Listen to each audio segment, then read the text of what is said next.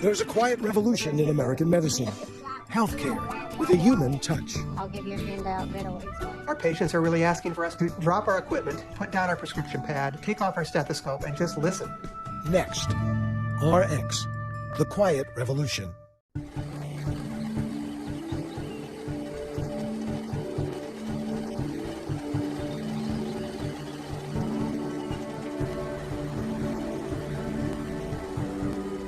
I didn't expect to find David Loxterkamp riding a scooter. After all, he's a doctor, like my father was. And my father never rode a scooter to make a house call. Matter of fact, it was curious that David Loxterkamp was even making a house call. How many doctors make house calls today? My father made plenty of them when I was growing up. But that was in the 1950s, more than half a century ago. This illustration by Norman Rockwell stood on my mother's bureau. It was her idea of what a doctor was supposed to be. Warm, empathetic, he delivered babies, set broken bones, and carried a crinkled black bag filled with medicines that could relieve pain and cure illness. A lot has changed since then. Miracle technologies and wonder drugs replaced Doc Rubin's black bag. But as my father prepared to retire, he was dismayed. He had lost faith in our healthcare system. I don't have enough time for my patients, he told me. They're paying more, but they're not getting their money's worth. He didn't think much could be done about it. He had never met anyone like David Loxterkamp.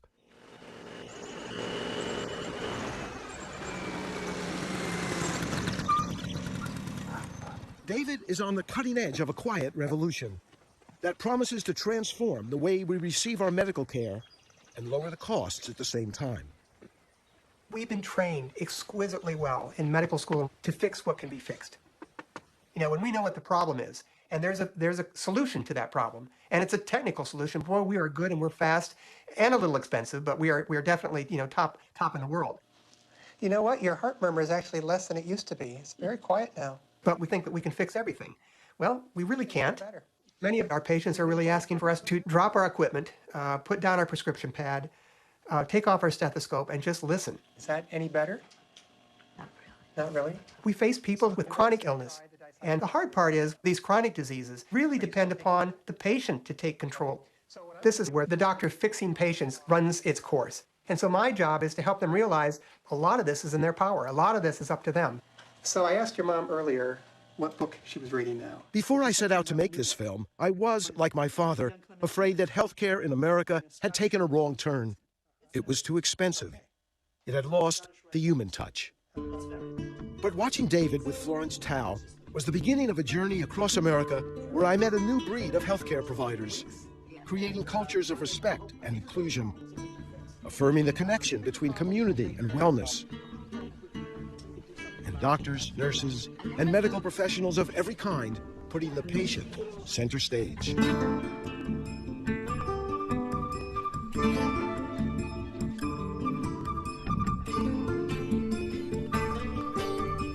If you have a target on the wall, and what you have in your hand is a rock, you can throw the rock at the target, and eventually, through practice, you can make the rock hit the target every time.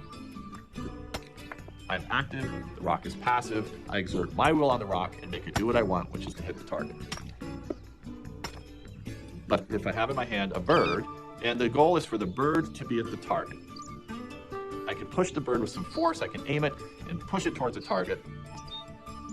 But whether the bird ends up at the target is almost completely dependent upon whether the bird decides to fly to the target or not.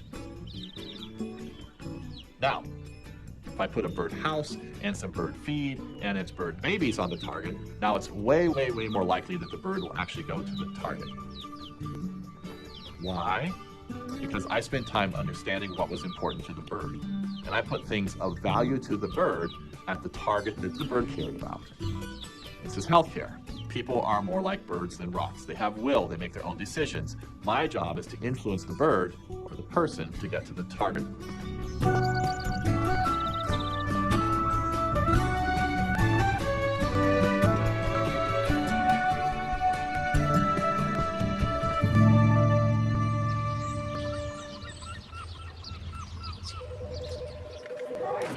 Community Health Center. This is Jamie. How may I help you? Was there any loss of consciousness or visible injury, or was she complaining of an injury after that? David Loxterkamp has been practicing medicine in the same small community for 30 years. Yes, can I get medical records, please? His father was also a doctor in a small town in Iowa where David grew up.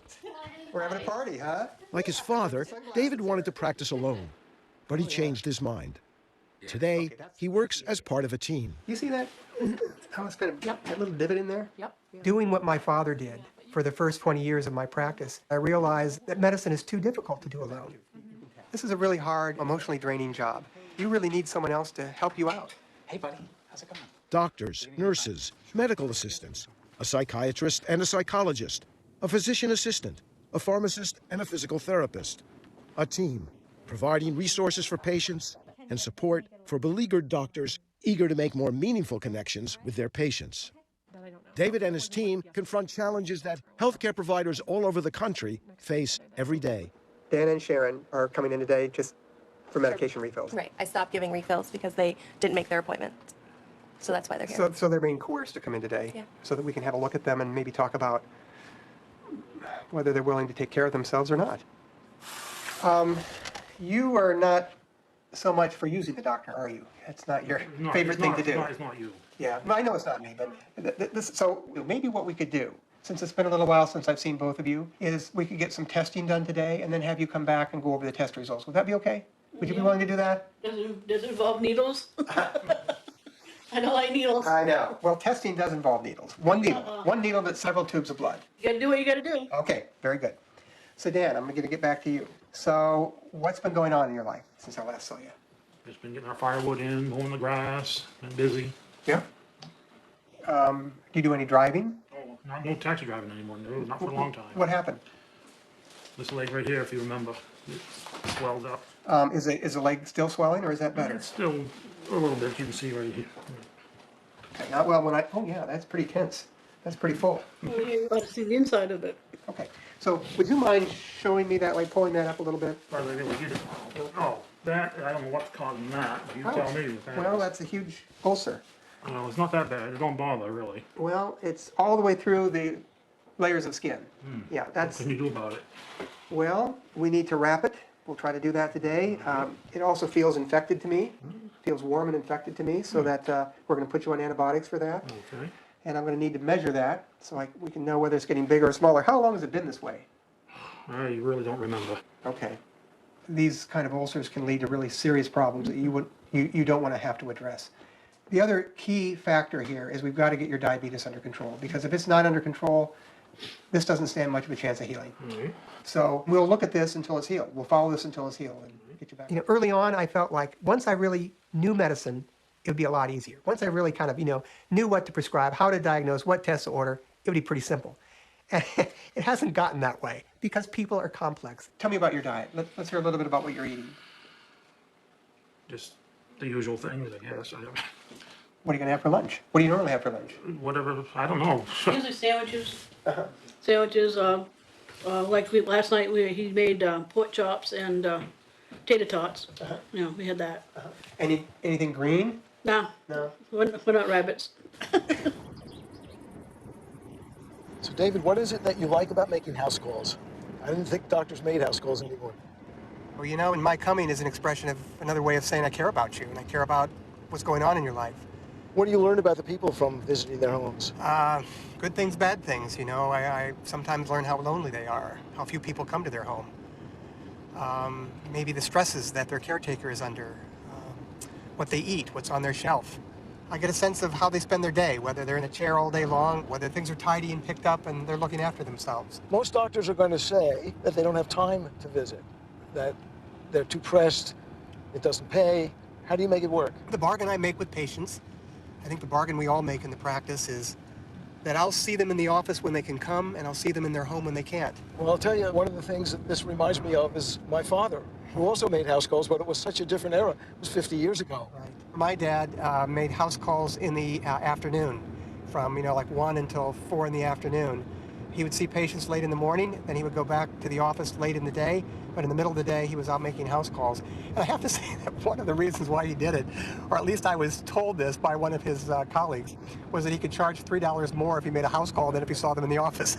My father was working way too hard Yeah. to have time for his family to do some of the things he wanted to do. But that was what was expected then. And working Saturdays and giving up vacation time was all expected in those days. And they lost track of their families in many cases.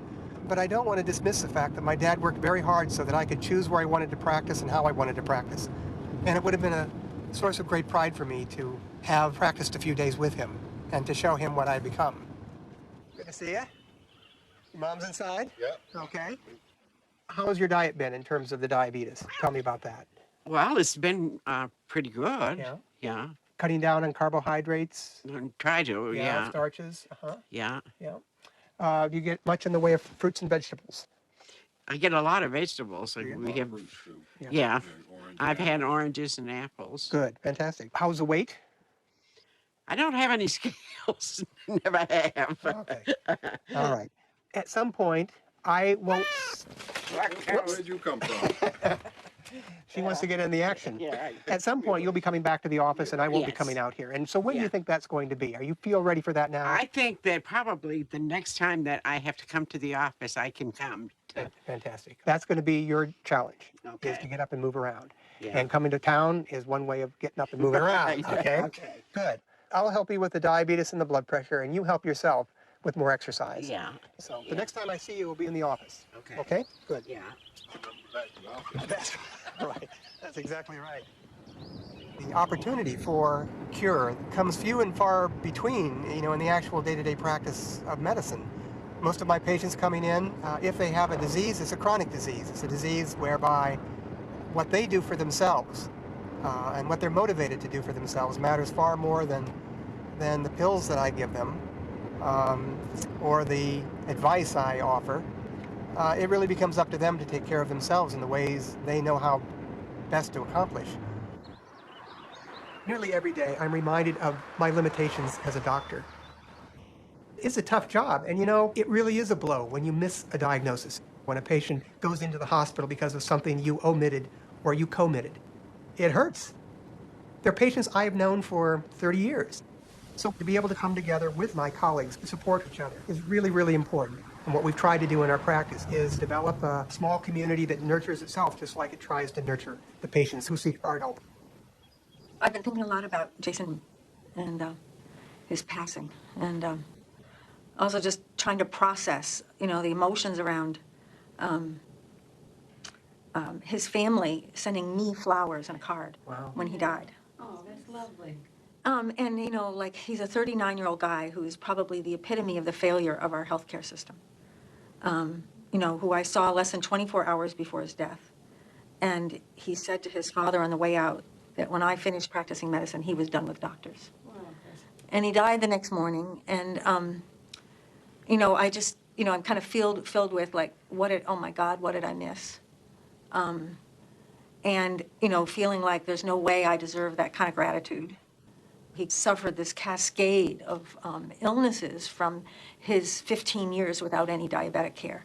And, he got osteomyelitis in his foot, and then he got endocarditis from that infection, and then he lost his heart valve and had a heart valve replacement. He had a hypertensive crisis and blew out both his retina, and he eventually lost his leg.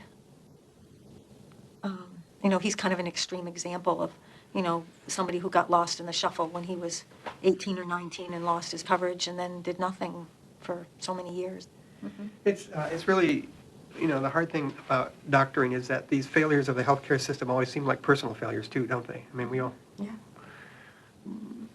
You see all that can't be done or hasn't been done, and yet you also feel personal responsibility for that.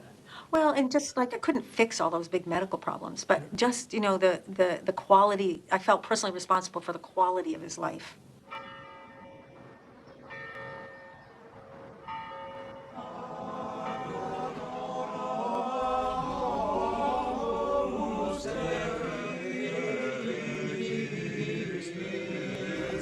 David's practice has proven effective. Numbers tell the story. A third of the patients in his smoking cessation program have quit smoking. emergency room visits have dropped 40% in the last 4 years. And last year, the blood sugar level of patients with uncontrolled diabetes dropped 100 points.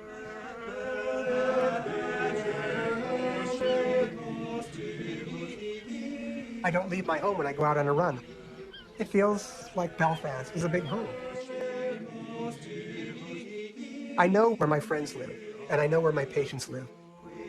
They also know where, there was an accidental death or there was a suicide. I know where there's been tragedy in this community. For me, health has always been in the community, not in the hospital, not even in my office, but in the community, in the places where people make friendship, where they have their families, where they work, and that's what motivates them to be well. They want to live, they want to experience, they want to be alive. And when they're sick, they lose that. They lose those connections.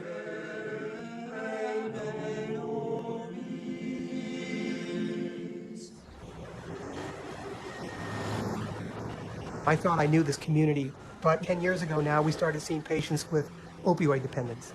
And it was quite a surprise to me. I'm gonna try and stay away from that for a while, but I just basically heard someone rattling a little bottle around, and I'd already had a drink or two, and I didn't even have to ask for it. And I just ate some sort of painkiller. I don't really know exactly what it was, but... We kind of talked about that, didn't we? That when you're in a really good place, you let your guard down. Yep. Doctors all over the country have been surprised to find themselves confronted by an opioid epidemic. I think. Really don't. I still Every feel hour, good. one American dies from an overdose of painkillers. It doesn't feel good, and I feel bad about it. It makes me feel guilty and stupid because, I don't know. I feel like I probably could have been a little stronger, but had I not been drinking, I would have been a lot stronger, but... Right. That's the thing, isn't it? Yeah. I know I had a slip, so I'm relating to how you're feeling. Like I've let not only myself down, but my group, my kids. I mean, it was like a big... David's practice responded to the crisis with a medically assisted recovery program using Suboxone, a drug which tamps down the persistent craving for narcotics while easing the agitations of withdrawal. If you were to ask everyone just joining the group, they would say definitely the Suboxone normalizes my life. But what we hope they will discover over a period of time is that it's the group itself that is really what promotes their recovery. I knew there was occasionally marijuana there, which... When you start feeling really negative about yourself, you have the group reminding you that you're only human and you do mess up and all you can do is start over. I had to do it. I've done it myself. I've had, slips and had to come back and and be honest. I think the biggest thing, you have to be honest with yourself and you have to be honest with others in order for recovery to truly work. And the group helps you stay accountable. Have you used it all since rehab? I've had a couple of slips, yeah. Not bad ones, but yeah, there's been a couple of times I've tried it just to see. So you should be here. Because I've been wondering where you were, and if you've been this vulnerable, you should be here. Right. Well, I couldn't get here. And, everyone said, we're going to make sure you can go to meetings. We're going to make sure this. We're going to make sure that. Tuesday night comes and nobody will help me. How did you get here tonight, Trish? Tonight, Keith finally has the kids, but, sometimes he can't take them and they don't help me. They said they would and they don't. And I ask, what can you do when they say you need to ask for help? And I asked for help and they all say no. So, and then sometimes I hear the comments they make about having to take care of me. And they're just joking, but it's hurtful. This is why I think it's so important for you to get the help outside of your family, So the first The support system in this Suboxone group is incredible. I love these people here dearly. They saved my life, or they gave me a life. They didn't save my life, but they gave me a life. I think getting the support you need, talking about what's going on in your life is really important for you. It's really important for us. We saw people coming into our practice who needed help. And what really matters for these people is the community that gives them a reason for wanting to be better, for wanting to restore their health. And without those reasons, they don't buy it. They don't want it. I'm seeing both of you today, right? Yes. Okay. And you're sitting in the driver's seat here, Danny, so I guess you go first, huh? Yeah, I guess. Yeah. How long have you been sick with this cold? At least a week. Yeah. That's why I got this thing on. Uh-huh. How have you been, generally speaking, other than this recent illness? Have you? Mm-hmm. Have you been checking your blood sugars? Yeah, I haven't for a few days, so. When you've checked it, what are the numbers averaging? Oh, God. Yeah, a couple of times they're a little high, about 2-something, but most of the times they're under 200. Under 200. Right. And you're still taking I forget what I got. To be honest with you, I forget what I got. I know I got the metformin. Yeah. The little round green ones and the big G word one there. Yeah, well, however you pronounce it. And you're taking the metformin twice a day? No, it says once a day, I think. Okay. I think we're kind of getting confused here on some of your medications. Yeah. And they won't work if we don't have you take them properly, That's right? right. So what I'd like to do today is recheck your blood and see if we can get that. You know, I'm not sure that it's going to be much different from last time since you've not really been taking the medications the way I'd hoped you would.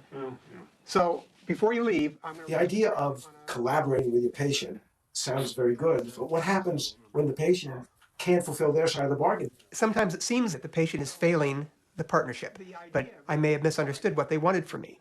I have my agenda, they have their agenda. Very oftentimes they don't directly overlap. So their failure to be compliant, you know, that's a medical term for them doing what I want them to do. Their failure to be compliant may come from a lot of different, for a lot of different reasons, most of which are exactly why they're in the fix they're in to begin with. You know, why they're diabetic, why they're a smoker, why they're overweight. All right, I'm going to have you two change places, okay? I don't want to. Well, I'm sorry. You're going to have to get on the hot seat. My feet just barely touch. Oh, that was a little bones creaking. Yeah. Now I'm on the hot seat. There you go. And so it's a dance. It's a negotiated, sideways stepping to the forward progress that we both want. Sometimes we take detours, and I ask for things they can't do right now, or maybe never do. So let's find a different goal. Because if people can't lose the weight, and if people don't get the exercise, then they end up in the hospital for the expensive procedures to replace their shoulders, their knees, their hips. Danny, you've gained 3 pounds since I saw you last. Shh. I hate scales. They're my enemy. Uh-huh. You think you're sitting on? That's right. I know. That's the good news, is that we now have a good weight on you. You don't want it. It'll break them. The last time I saw you, we put you on some pain medication because you were having a lot of pain. Are you still taking that pain Oh, yeah. medication? Yeah. And the reason why I gave you that pain medication was so that you could become a little bit more active, a little bit more mobile. Do you and Danny go for walks? No, not lately. We haven't, but, you know. It's the one thing that really can help. You know, I know that weight is an issue and not easy to lose. The thing I would really encourage you to do is work on the exercise, work on the activity. And if you can, you know, after you've taken the pain medication, if you can go out and walk a little bit, that would be great. What do you think about that? And when I feel, you know, my back don't kill me too bad, but I don't, you know, I know it's between the weight, you know, where my back hurts, but it's just, it's so hard to lose. It really is. Yeah, and again, my preference would be not to worry about the scale, but would be to worry about the exercise and to make sure that you're making an effort to, the both of you, really. Danny, for your diabetes and you for your weight. One of the things that we could do, and I've been thinking about this in anticipation of your visit today, is having you get hooked up with Bart, the physical therapist here in the office. Would you? I have to think about it. Okay. Sometimes my frustration they pick up on. They know when I'm pushing too hard, and they have their own reasons why that's not a good idea right now. So it's really a lot of people who need to get involved from time to time. Physician assistants, therapists, physical therapists, behavioral therapists, psychiatrists, dietitians, lots of people. Fantastic. Okay, so you have longevity in your family. So these are, you know, this is a good side of the equation. The bad side is getting you off your seat and out walking. You know, you need to do that. I keep harping on this, but, you know, it is important. Hope you can do it. Give it a try. And then we'll see each other again. We do have to set the stage that this is a cooperative venture and that their decisions are more important, really, than my decisions. I've often felt this, David, that the patients who are capable of eating the right foods and getting exercise and doing all the right things, they really don't need me. The challenge is for me with those patients who are complicated, who have difficult home circumstances, who have conflicts in their life. I may be the only person who talks to them today with a friendly voice and cares about the outcome of something they've done. So I want to be the person who helps them get to that next step, even if it's a very small one. I want this one success to play into other successes in their life that are probably more important down the line. But it begins with a relationship that then leads to encouragement, leads to a professional kind of friendship, and leads ultimately to mutual goals toward their better health.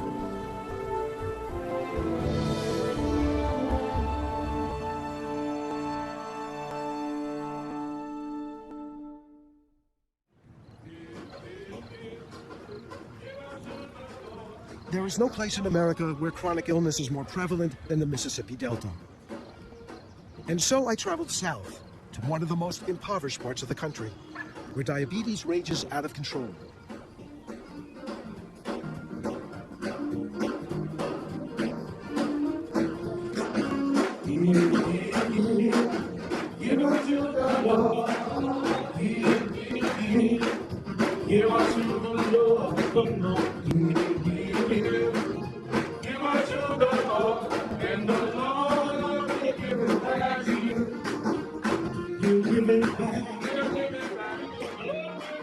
Annie Ford has lived with diabetes for 12 years. Until now, she despaired of ever getting it under control. I feel that I was giving in to diabetes. But if you want to be successful, you got to fight. So my thing were, I'm not going to let this get me down. I'm going to get it down, but it's not going to get me down.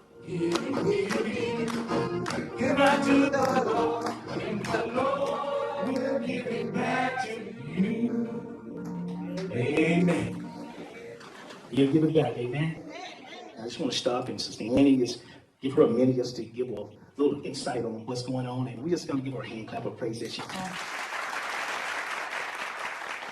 Thank God for y'all, because y'all have helped me, and I want to help somebody else. As you know, a lot of us out here have diabetes, but we don't know the meaning of it. I have it, and I've had it for a long time. You can live with diabetes. You don't have to die. You don't have to be on dialysis. All you need to do is do the right things for your body, because you can't go wrong.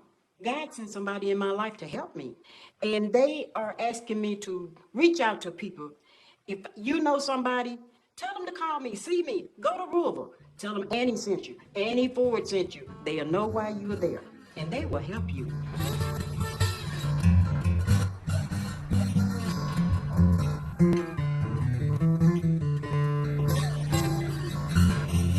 Ruleville has less than 4,000 people. But it is the epicenter of healthcare in this part of the Delta. Ruleville's Sunflower Health Clinic is open from 8 in the morning until midnight every day of the week. What kind of health problems do you see come to you? Diabetes is one of the largest challenges. We have more diabetes than any other state. And we see a lot of children who are malnourished. Once that malnourishment goes away at about 5 or so, then we start to see overweight and then obesity. About 40% of our children under the age of 18 are considered obese. Staggering.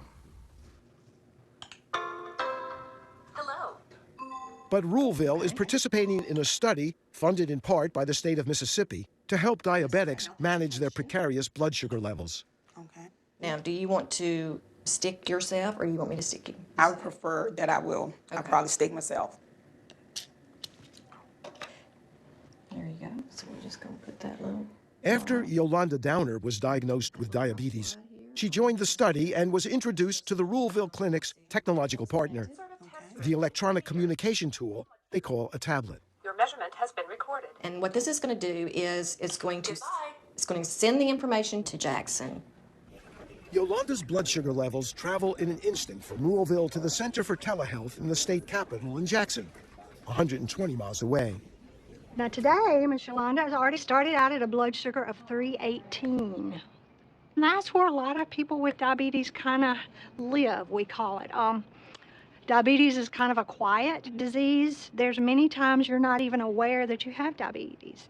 If Yolanda lives with 318 for a long, long time, what happens? She will have kidney disease. I mean, we know that it will happen.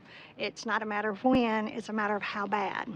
And every morning, I check all my patients, and if I see Yolanda's numbers getting higher and higher, then I make a phone call and say, you know, what's going on with you? What can I do to help you? The purpose of this is daily intervention, so we can catch things before they become problems. The center was conceived by Dr. Christy Henderson while she was working as a nurse in a Mississippi emergency room. During that time, I started seeing patients from all over Mississippi. Small community hospitals had sent patients to us for higher level of care, and the outcomes weren't always great. And we knew if we could do something sooner, that we might impact their health. So we started devising this plan around telemedicine on the back of a napkin, just drafting up the concept for several years. Today, Telehealth serves more than 100 Mississippi locations, including Ruleville.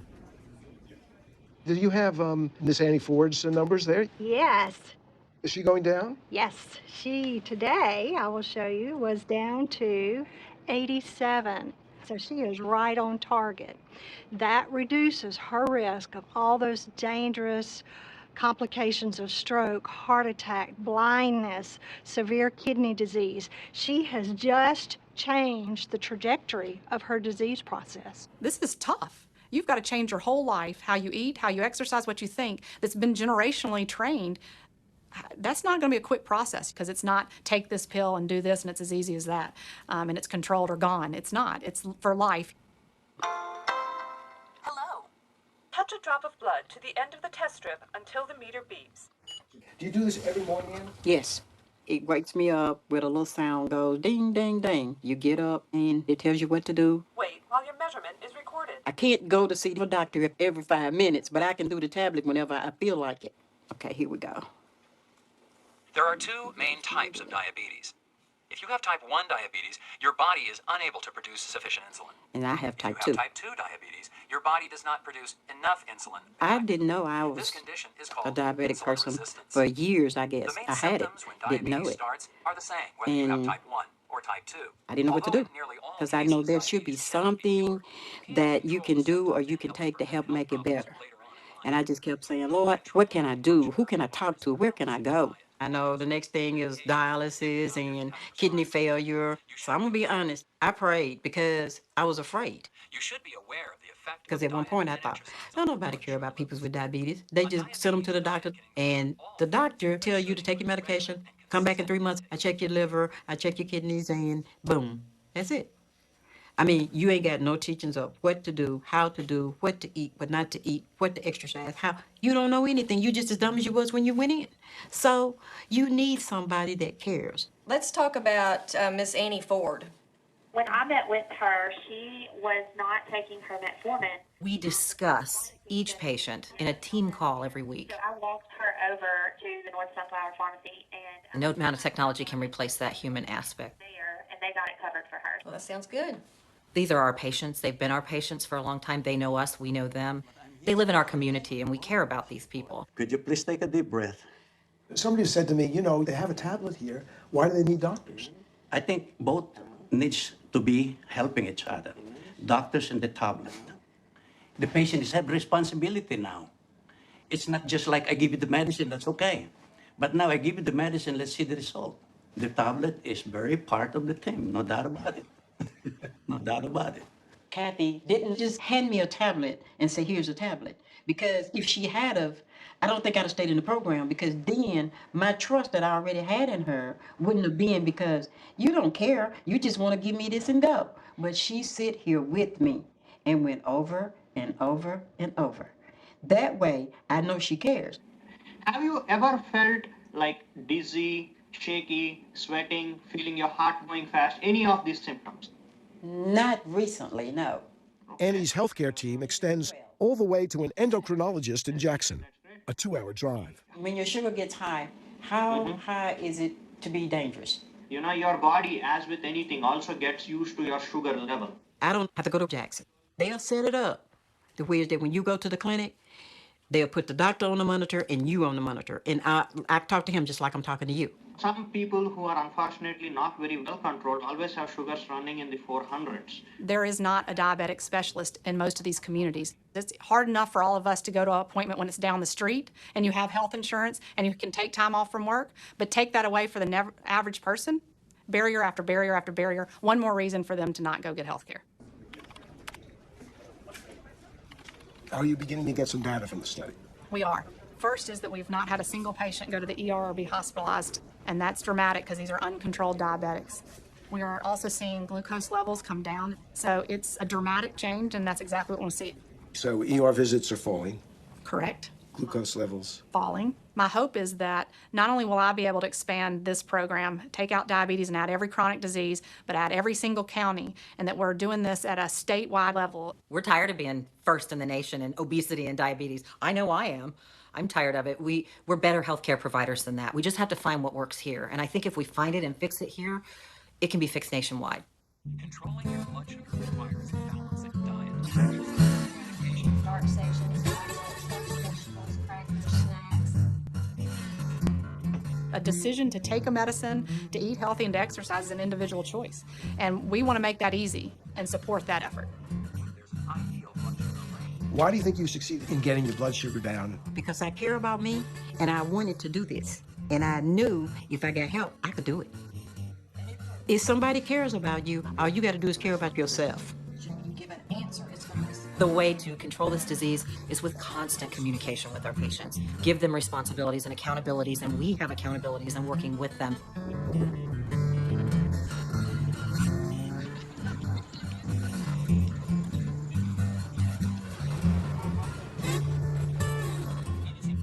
With this program, I feel that I can get off the medications. And I'm still striving to get to the top. I'm not there yet, but I'm getting there.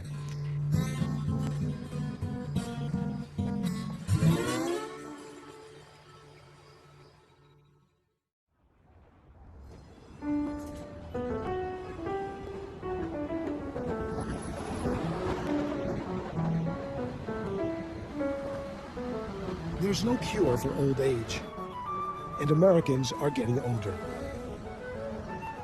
In the next 20 years, 72 million Americans will be over 65, twice today's number.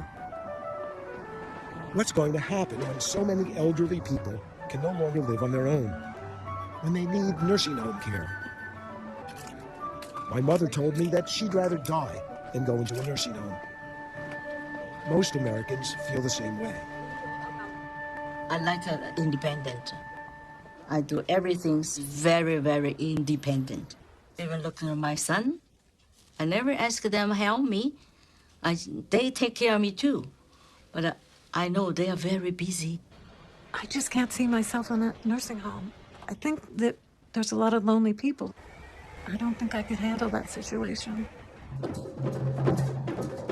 In the heart of San Francisco's Chinatown, there is a place called Unlock, making it possible for aging seniors with chronic illnesses or disabilities to grow old in their own homes. We are able to provide an alternative during the day for the person, you might call it daycare, and bring a variety of resources into the home.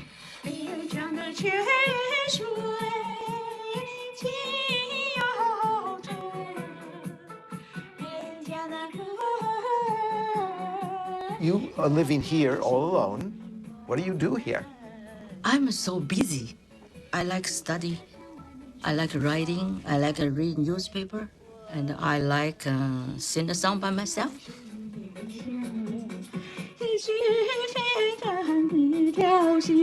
Because that makes me relax and happy.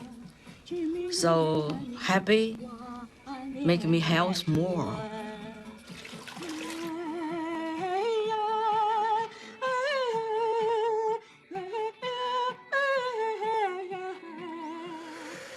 Twice a day, home care come and help me do some like a vacuum or do the laundry or shopping for me. Without Unlock, our participants would be in a nursing home almost without a doubt. We take care of diabetes, we take care of kidney failure, we take care of very fragile, weak, elderly people. Now, it involves a risk, but we partner with people who want to accept that risk. They want to stay at home so much that they're willing to accept that risk. Hi, Jello. They take care of all my food. Never have to grocery shop, never have to do any preparation. They give me all my medication, morning and night. They take care of everything.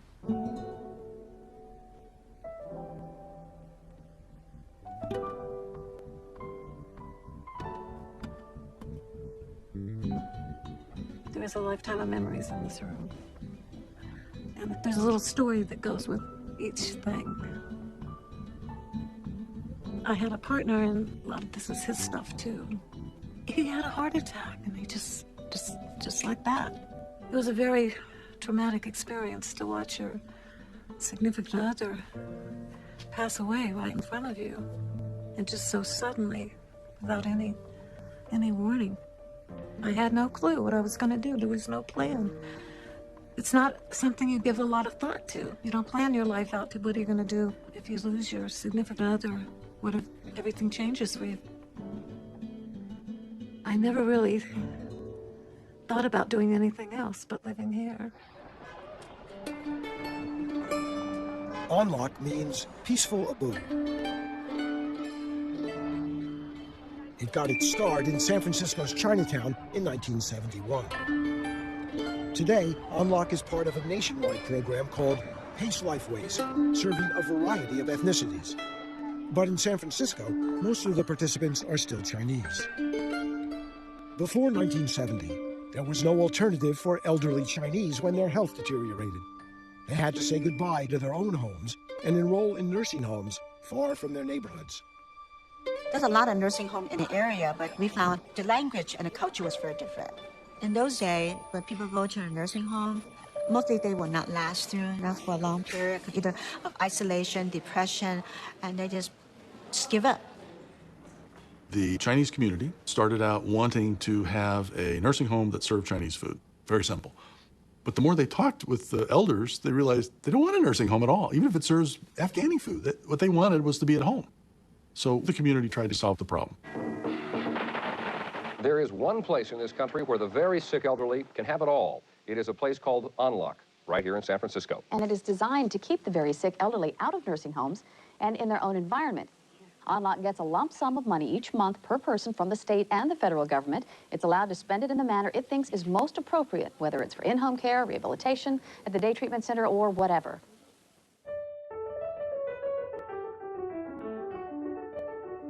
The state says, we'll give you less money than we would normally pay for a nursing home. And the federal government says, we'll give you less money than we would normally pay for the health care of somebody in a nursing home. And you combine those two streams of money into one bucket, and out of that bucket, you do whatever you want.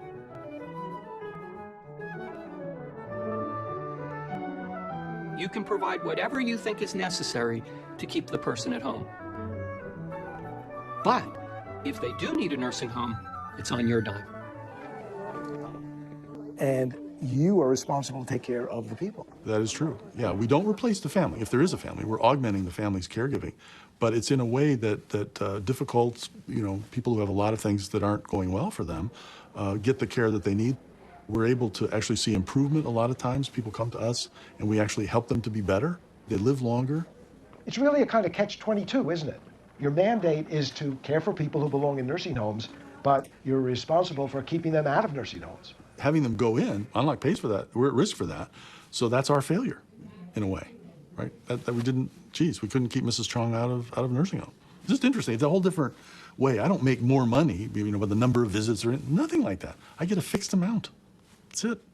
I mean, American medicine is based on fee-for-service. Right. Not you. Right. Not at all. No. Emergency room care is very expensive. Hospitals are very expensive. So, how do you compare to nursing homes when it comes to keeping people out of hospitals? A nursing home is more likely to send somebody to the emergency room than Onlock. A nursing home is also more likely to hospitalize someone than Onlock. And when a nursing home puts somebody in the hospital, it's more likely that they have to go back to the hospital in the next 30 days.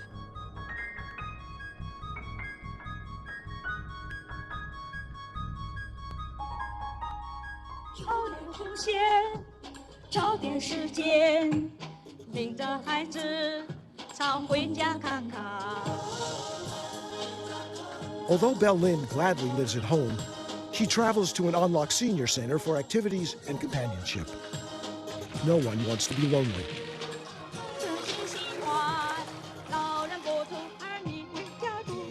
But the center is more than a meeting place. It's action central for a team of healthcare providers. Belle joined us in 2011. She actually had a stroke about 5 years prior to that, and she had been having some falls at home. She also has chronic pain in her neck and her back. That was how she came to us. Since she's been with us, I would say that generally, medically, she's been pretty stable, which is great. Her chronic pain, we're really managing it without much medication.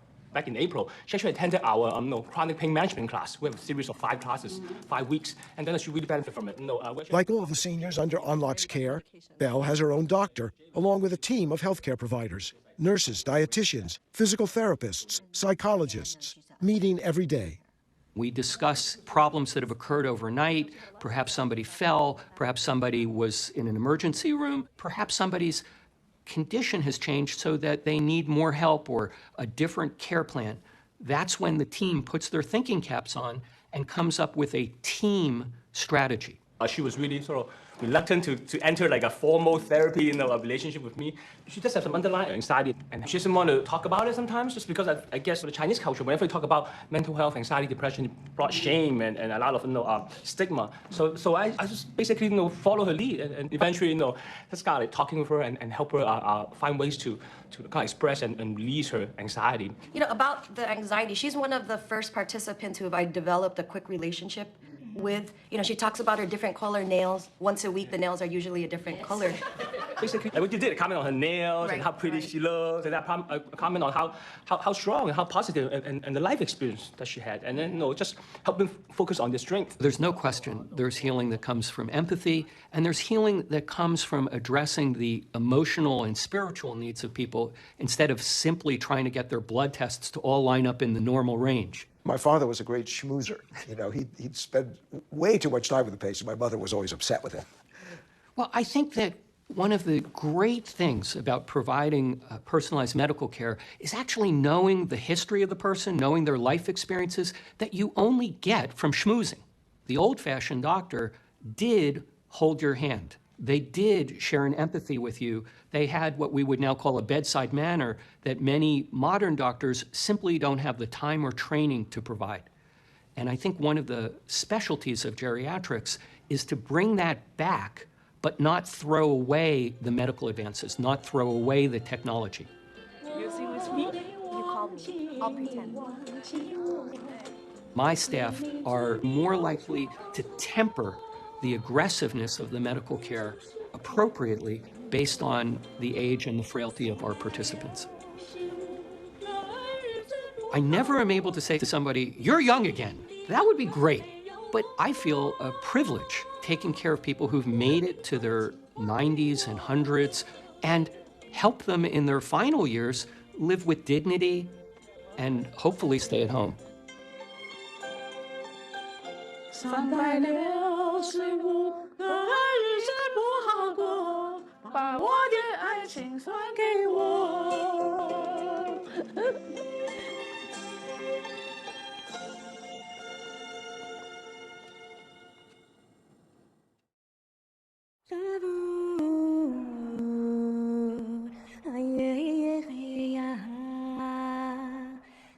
3,000 miles from San Francisco, I visited a healthcare system in Alaska that is encouraging thousands of Alaskan Native people to take responsibility for their own health and put an end to suffering that has endured for generations.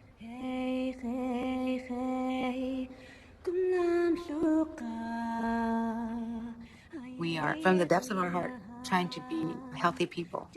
And it's not an easy journey. We've had a rough life and history.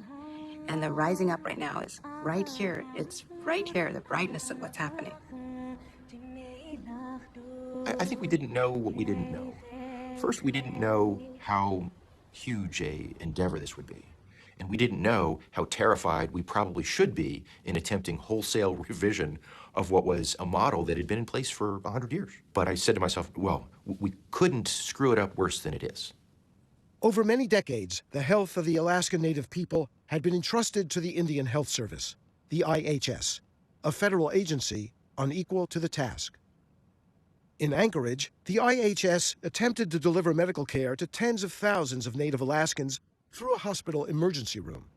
If you had a broken arm, if your baby had strep throat, if you had a cold, everyone showed up through the emergency room.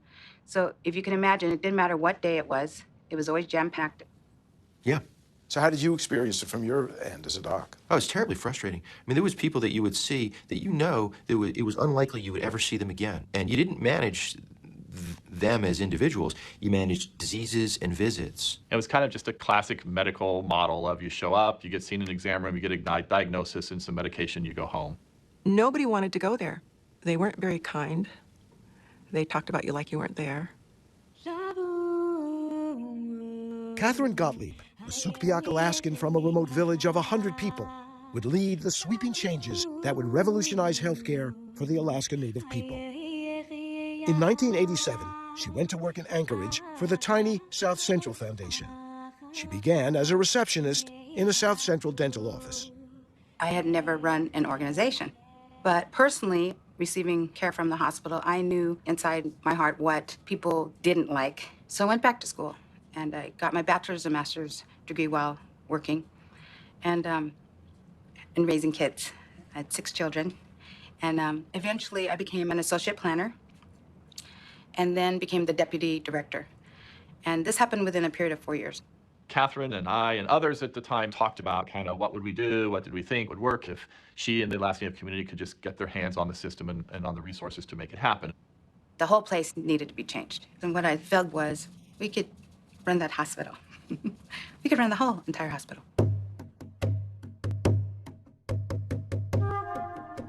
In 1998, with Catherine as CEO, the South Central Foundation took over from the failing Indian Health Service. Native Alaskans were now responsible for their own health, owners of a healthcare system serving only Alaska Native people. Eventually, 65,000 of them across more than 100,000 square miles. Primary care became central to their mission. What we wanted to do is develop a system where everybody's working as a team. So the likelihood that we're going to have a swing and a miss and have an adverse event is actually infinitesimally much smaller, as multiple eyes with multiple perspectives, with multiple abilities to adjust, all are looking at the same thing. If I miss it, one of my partners will probably catch it. Today, South Central doctors are surrounded by pharmacists, behavioral psychologists, dietitians, and midwives, all sharing information in real time. Now, I grew up with a father who was a solo practitioner, and in my father's day, the doctor really was the hero. His authority ruled. And that comes with a burden, because all the decisions, all the outcomes, all the events that ensue are all on you. If you are the Captain Kirk, lead from the front, you know, whatever happens, it's all yours. You owned it, lock, stock, and barrel. Hi, how can I help you? Patients can get an appointment the very day they call, and there is almost no waiting. Benjamin? In time, South Central came to call their patients customer owners. Customer owner was a very important concept for us to take on and to understand. We own it now. So we had to really change how we think about ourselves as Native people. It's different when you have no expectation. You just get what you get. Now you take responsibility to make sure you get to your appointment, because that's a resource, that you're prepared with your questions when you go there, that when you leave, you've got the answers that you need. We're not just a patient. We're not passive. We're not people that we're going to be in there for them to do things to us, but we're going to do a journey of wellness together. We should feel our heart working. Catherine had no doubt that, you know, a completely customer-driven, customer-owned, customer-oriented system was possible. But bringing the medical staff along on this journey was going to be a challenge.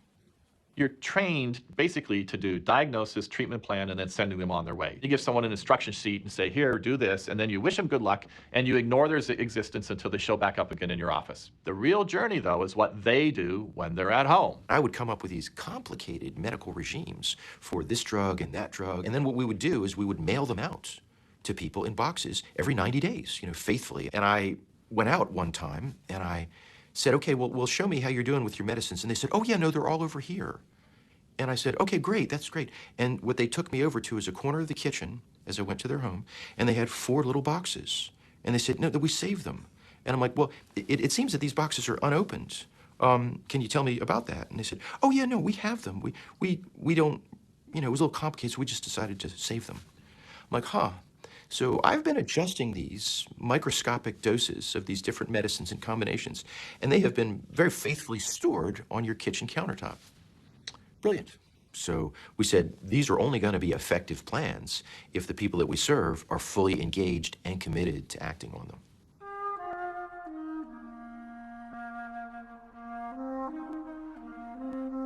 Alaska is vast, and there are few highways linking its villages. Only meandering rivers, twisting, turning, braiding their channels from the Canadian border on the east to the Aleutian Chain and Pribilof Islands on the west. In far-flung villages where there are no doctors, South Central works closely with community health aides. Most of the villages are only accessible by plane, so community health aides are basically the village's healthcare provider. Often there's no EMS crew, and if there was a trauma, you'd need a medevac. So you'd order a flight into the village to pick up the patient and send them out. It can be really stressful. When I was the only provider in Nikolai, being on call 24/7 and having 2 children at home, it can be hard getting calls in the middle of the night and being pulled away and taking care of life-threatening, injuries. So that was why I chose to move to McGrath. I just, being under that kind of pressure for so long, you can only handle it for so long. McGrath has 300 people, Nikolai only 100. And McGrath is served by a small South Central clinic with 2 healthcare providers. Your thumb. Do you have any questions or concerns about her eating or her weight right now? I don't know about concerns. She's having more formula. And she's 9 months, you said, right? 9 months. She'll be 10 at the end of this month. Oh, okay. So just some developmental questions.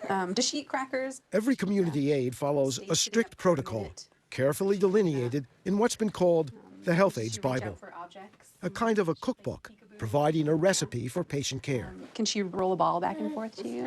Okay. Whoa. Can she can she stand up holding on to something? Yeah. Uh-oh. This big manual that I have to follow, it basically has all the appropriate questions that you need to ask. And it has all these different sections in it related to skin, musculoskeletal, circulatory. What is that? It looks like bruising, but I know it's not. Has it been there since she's... Yeah, since she's born. You come up with your diagnosis and what you think you should treat the patient with, and then you call Anchorage and ask them, is this appropriate? So basically you're like the eyes, hands, ears, nose for the doctor who you're reporting to. See. This is James. Hey, James. It's Miranda. I just sent you a picture. If you would take a look at it and let me know what you think. Sure. I thought I saw some scarring on his eardrum, and I just wanted to run that by you and see if that's what you saw. The doctor will tell you this is what you should do for the patient, and they okay whatever medication you want to give or they think you should give. That order is put into our electronic health record, Cerner, and the pharmacists in Anchorage can see that. McGrath doesn't have its own pharmacy, but hundreds of miles away in Anchorage, a pharmacist can fill a prescription electronically, and it will arrive at the clinic in an instant. We have a big vending machine, if you will.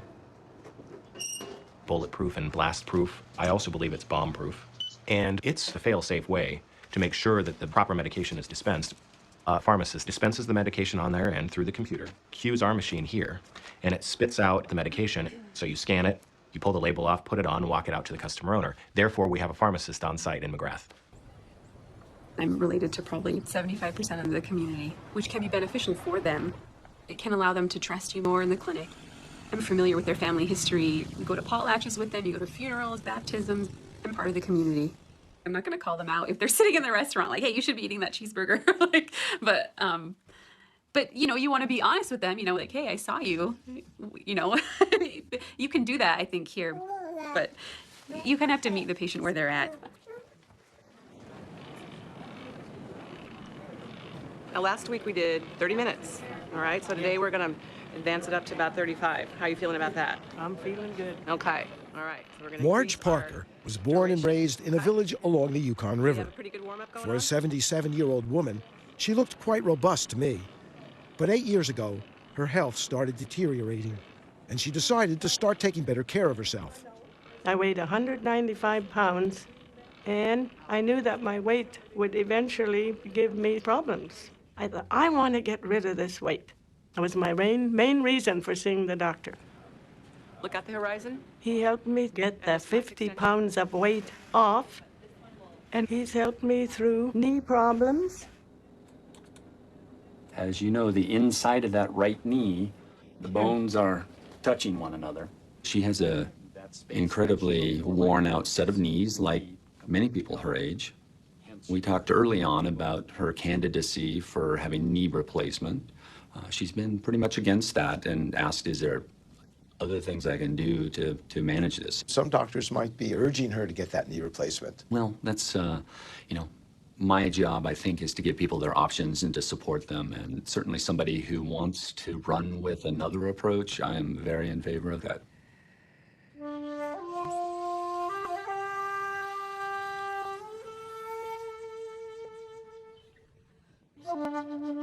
In our villages, you had medicine people all the time, years and years and years ago.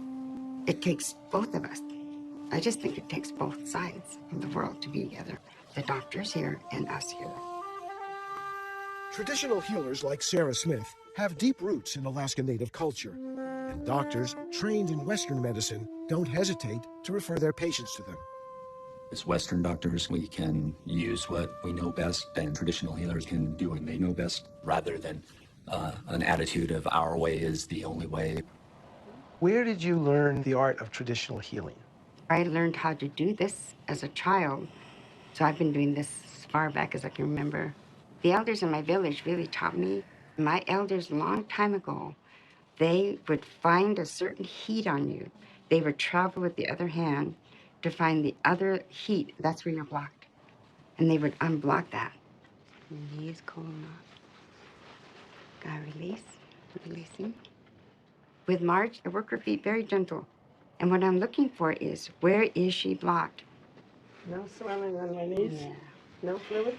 This here is cooling.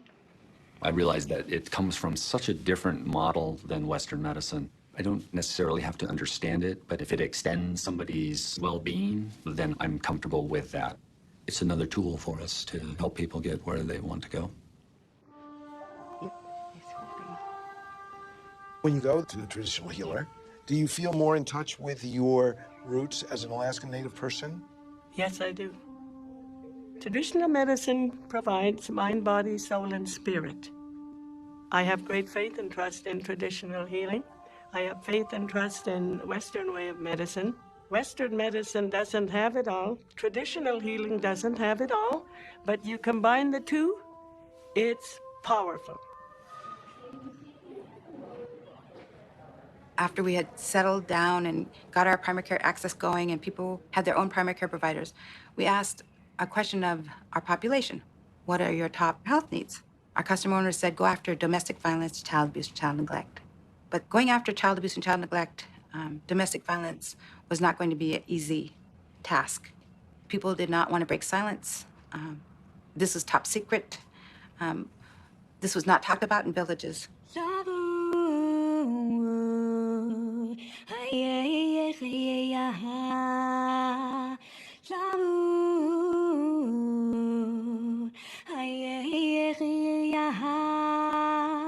From the time I was born, I was raised around alcoholism and domestic violence, and I was in and out of foster care, foster homes, and I never did have, a permanent home until the age of 7.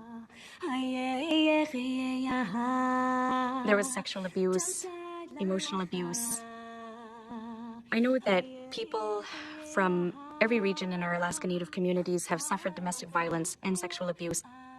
And that cycle of harm has been a part of the past 3 or 4 generations. For close to 100 years, federal policies stripped Alaskan Native people of their language and culture. In efforts to forcibly assimilate them, Native Alaskan children were taken from their families and sent to live in boarding schools far from home. When my mom was 8 years old, she boarded an airplane and she left our community for the first time in her life, and she went to a boarding school along with all the other children. And while she was at boarding school, she was told never to speak a Chupik word, so she had to only speak in English. I asked her, what would happen to you if you did speak a Chupik word? And she said, well, all the children who spoke Yupik and Chupik had duct tape placed over their mouth, and they were lined up in the classroom as an example to the other children not to speak Chupik. And I always looked at it as something all the children went through until I heard an elder in Bethel tell me about the grief that the adults experienced because the village no longer had children in it. All the children were gone. And this elder told me that the whole village fell silent.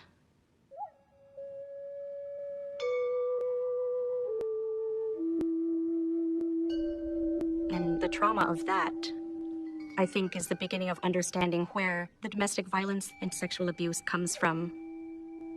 Today, the amount of violence among Alaska Native people is staggering. The physical and sexual assault, neglect, and mental abuse of Native Alaskan children is more than twice what it is in the rest of the country. And more than twice as many Native Alaskan women are victims of rape than women in other parts of America. And so we're going after all those who have been harmed and those who are doing the harming. We're not victims. We're not survivors. But we definitely are people who have been harmed. And we have harmed. And so we have been addressing that all and believe it's the root causes of much that has happened in Alaska. They stripped us of our culture. And that trauma was instilled in us. When I was abused, I was told not to talk about it. That's just the way it was. And so we kept silent. And one of the lies we learned as men, and it's every culture that says this, men don't cry. Men don't ask for help. Well, those are lies. Men do cry. Why do we have tears? Trauma in a person's life eats you up inside when you keep that story bottled in. I was holding in all that anger, all that hate, all that resentment spiritually, and it was eating me away. I mean, I've got high blood pressure. I've had become pre-diabetic. Just look at the rate that our people are committing suicide and the domestic violence that's in the communities. We have to talk about it. To all who suffered at the hands of another, come out from the pit. Come out from the shade. Well, The women dance a dance called Rise Up Mighty Warrior, calling out Alaska Native people to break their silence. turn to those with love who have only brought you pain.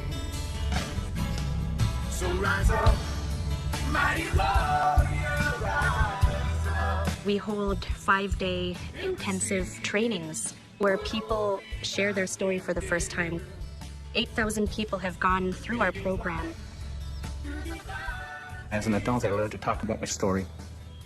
When your spirit hangs on to the lie that I can't amount to anything, I will not succeed, I'm no good, I can't do anything right. Those that were told to you, your spirit grabs onto that, your heart grabs onto that, and you hold on to it and you believe it and you walk it out in life. I carried that.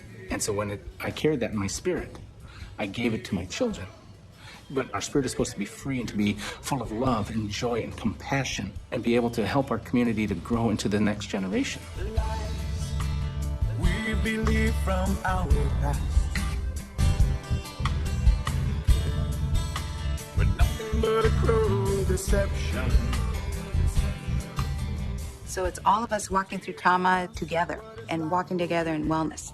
All of us. Health and wellness. We all need to grasp our culture, for those of us who might have lost some of it, to be proud of who we are and not be afraid to say we're Alaska Native. So rise up, mighty warrior, rise up. The most important determinant of anyone's health, statistically, across the whole population, is the amount of self-confidence they have. The more confident you are, the more you make better decisions for yourself. This is a customer-owned, customer-driven journey. This is built around what Alaska Native people know will work for them to get to a healthier place. So having a strong social fabric, a strong social support, living in community effectively and well is a huge part of the journey. My vision of wellness for our community is a little girl that maybe is 5 years old, twirling around in a room and not being afraid. She's just free to spin around and be free. Not afraid. You know, my father was a doctor in the 50s, and he didn't have many tools in his black bag, but he spent time with his patients. The old GP had a lot of things right. The problem is that today medicine is way more complicated. So we need the sophistication of modern medicine with the heart and soul and approach of the country doc put together. We need medical professionals who are teachers, coaches, advisors, and cheerleaders. We need experimentation, dialogue, team-based approaches. We need relationship. As I traveled across America, I took heart from the medical caregivers I met, practicing modern scientific medicine, fortified by conversation, teamwork, partnership, and trust. We're all in agreement. Good. See you in 3 weeks, okay? All right. If only my father could have met them. If only my father could have seen this film.